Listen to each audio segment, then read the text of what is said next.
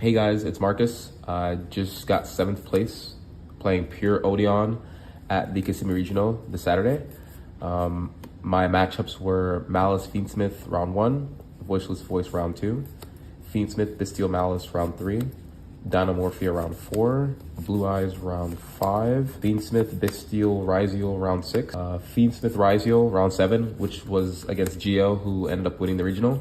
So shout out to him, very decorated player in the community for sure. That guy's pro. If I didn't lose to him round 7, then I would win the regional for sure. So it had to be one of us.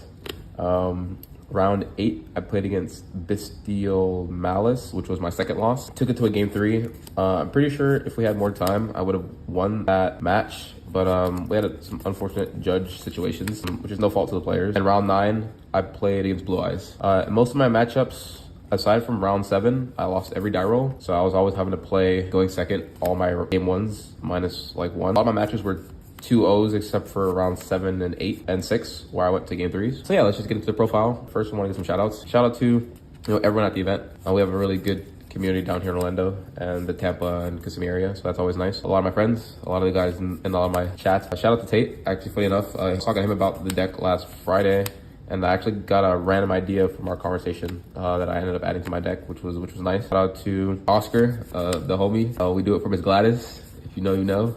Shout out to my girlfriend, and yeah, shout out to the boys that were at the regionals. So like, Joe, Esty, Chimmy. Shout out to Fresh Out the Press. You guys should check that channel out. Shout out to Diego. Shout out to John, he's a scrub. He didn't show up. Shout out to everybody. Bobby, everyone that was there. So for the engine, I played 3 Man with the Mark, 3 Anubis, 1 Merciless, 1 Verdict, 1 Temple, and 3 Treasures. Times where if you have Man with the Mark and Field Spell, then activate the effect of the Field Spell to add your Merciless to summon it. Because sometimes you just don't have sets, which is why I try to maximize a lot of spell and traps.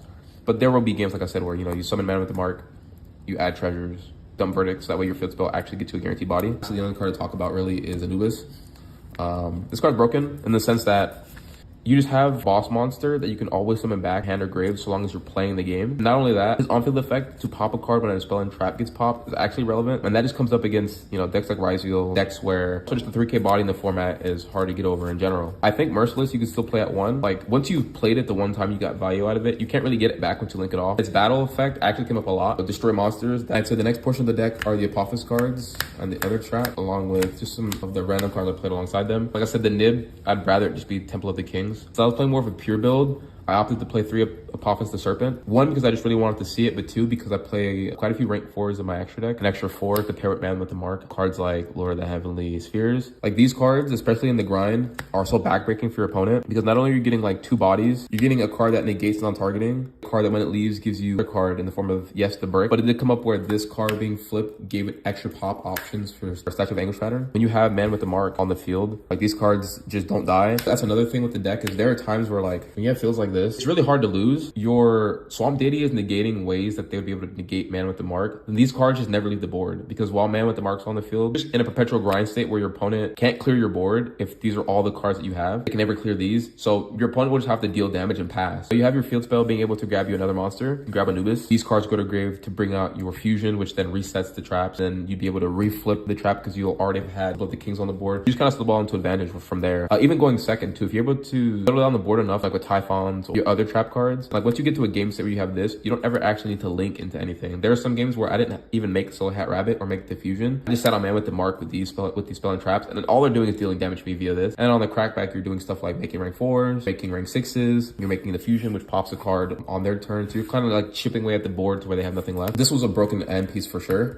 You'd have games where make Scylla Hat, you'd have boards where you'd have like this on the field, this on the field, with an additional on the field, and you're just getting so many pops. I had game states where sometimes you'd have SP up here. You can go like SP target this and like a Lord, and then clear up space to where then you could pop more cards with Statue of Anguish pattern. A lot of my opponents said it felt like I just had Detonator on the board with how many pops you can get with Statue of the Anguish pattern. So I do feel like if you're playing this deck, for sure, this is a necessary addition. Lord, phenomenal in this deck, being able to set any trap card in the game with whatever situation you're in, valuable.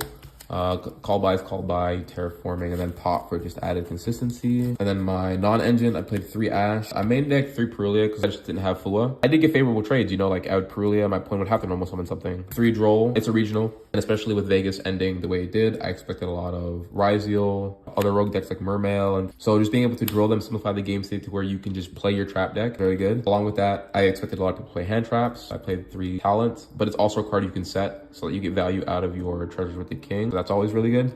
And then it couldn't really complain about it considering I didn't win a lot of die rolls. So when I opened this card going second, it was nice to clear boards, take monsters, or whittle down the field by taking cards in the hand. Round that off, I just played 3 Imperm and 2 Strike. Strike was really helpful, not only because Heavenly can set it, sack them when you draw this with Temple, but Strike was also nice because going second into a board, you're able to slow down enough with non-engine. Like Man with the Mark can get you small advantages where you can at least have some traps to play on your opponent's turn. People just don't respect Strike, especially post-side when you're going second, and I think you sided it out. And then Imperm's just Imperm. It also just facilitates a lot of the Anubis recursion because you can also put back Imperm as well. So I just played 41 cards. So then I'll get to the extra deck real quick. Played 2 of the Divine Serpent Apous. Usually just sack 2 of your Apophis traps to make it. And because it's an Apophis monster itself, it's just a solid card overall. You just get free value.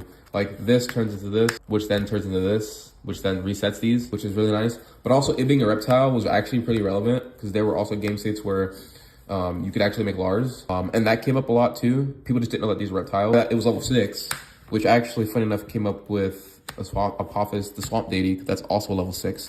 So you're actually able to make cards like Goblin Biker, Crazy Beast, and things like that. I didn't have to go into the extra deck too much outside of the Divine Apophis. I played 1 Wind Pegasus adding Nister. It's because I couldn't find a Malong. I guess one of my rounds, this card actually did something. And then for Xyz, shout out to Joe, I played 1 Typhon. I wanted to play 2. It did come up in some games where the second Typhon, especially into like the Fiendsmith, Ryzeal decks, would be backbreaking. The first one usually clears the board and you set traps and get into a grind. Sometimes they can clear this. Like if I had a second one, just being able to slap down a second one would usually just seal the deal. I played the Mirio because these would have been Ultimate Slayer targets. 1 Lars, it was a generic rank 6, but also being able to use Divine Serpent was nice. We added Omni game. Crazy Beast came up like once when I just had extra 6s lying around. Bringing itself back to then use it as link material, you couldn't go wrong with that. The Dweller, the Mitsurugi decks, the Fiendsmith decks should still be banned. Redoer, what more can you say? Having a trap card, be able to put a card back on the top of the deck, very good.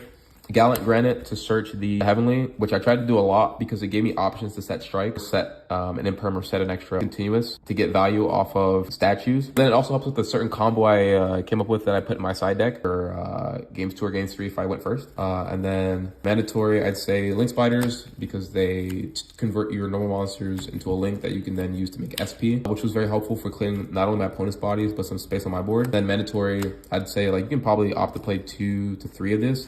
Still Hat Rabbit, it just set the most useful continuous traps, especially one on my side, outside of just being able to set an English statue if you can't get to it. So that was the extra deck. Moving on to the side deck, 3 Lancia for Malice, say Harpies and 2 Lightning Storm for any other back row decks. Blue Eyes, Malice, clear the back row because they were setting a lot of stuff like Strikes, Judgments, and stuff like that. So this was always nice. 3 Thrust because it helped get a lot of the different spelling traps I needed, whether it was Lightning Storm, Harpies, Terraforming, Talents, Imperm. It also helped get cards like Ultimate Slayer, targets that I played, but also this funny package of Quantum Cat and Harpy's Featherstorm. So the idea behind these cards is you go first. Combo usually works where you go Man with the Mark, search Field Spell, set Apophis, flip Apophis to set Deity. At some point in the combo, you go, Field Spell, add Merciless. Any which way you can get to Gallant Granite, it would search Heavenly and make a Silhouette Rabbit. Silhouette Rabbit would set Quantum Cat. And what was cool about Quantum Cat was Quantum Cat effectively just, when you activate it, makes itself a Wing Beast. So then on your opponent's turn, after you've already, had this set, you flip it face up. And this is why you have to build the kings on the field. You flip Quantum Cat, call Wing Beast,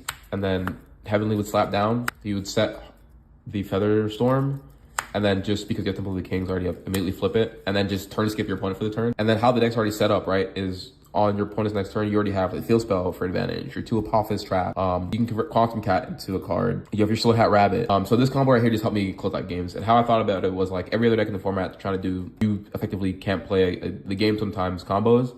And this was just like a way for me to just like seal the deal for sure. So this combo was phenomenal. And then also, if you could get to Rabbit, but you couldn't get to your other part of the combo because you're getting hand trap, Thrust could always just like set you the Storm. So this always caught people off guard for sure. And then lastly, my other targets for Thrust, and then there's the 1 Judgment because the Heavenly can always get you what you need. So yeah, that was the deck. But yeah, again, that was the deck. Didn't play any Fiendsmith cards, like I said. I played Pure Fall. For me, a lot of it was just, freestyling. It was just me like just like playing out of my mind a lot of the time. It almost kind of feels like a mid-range combo deck with what you can do with it. So yeah, that was the profile. Thanks.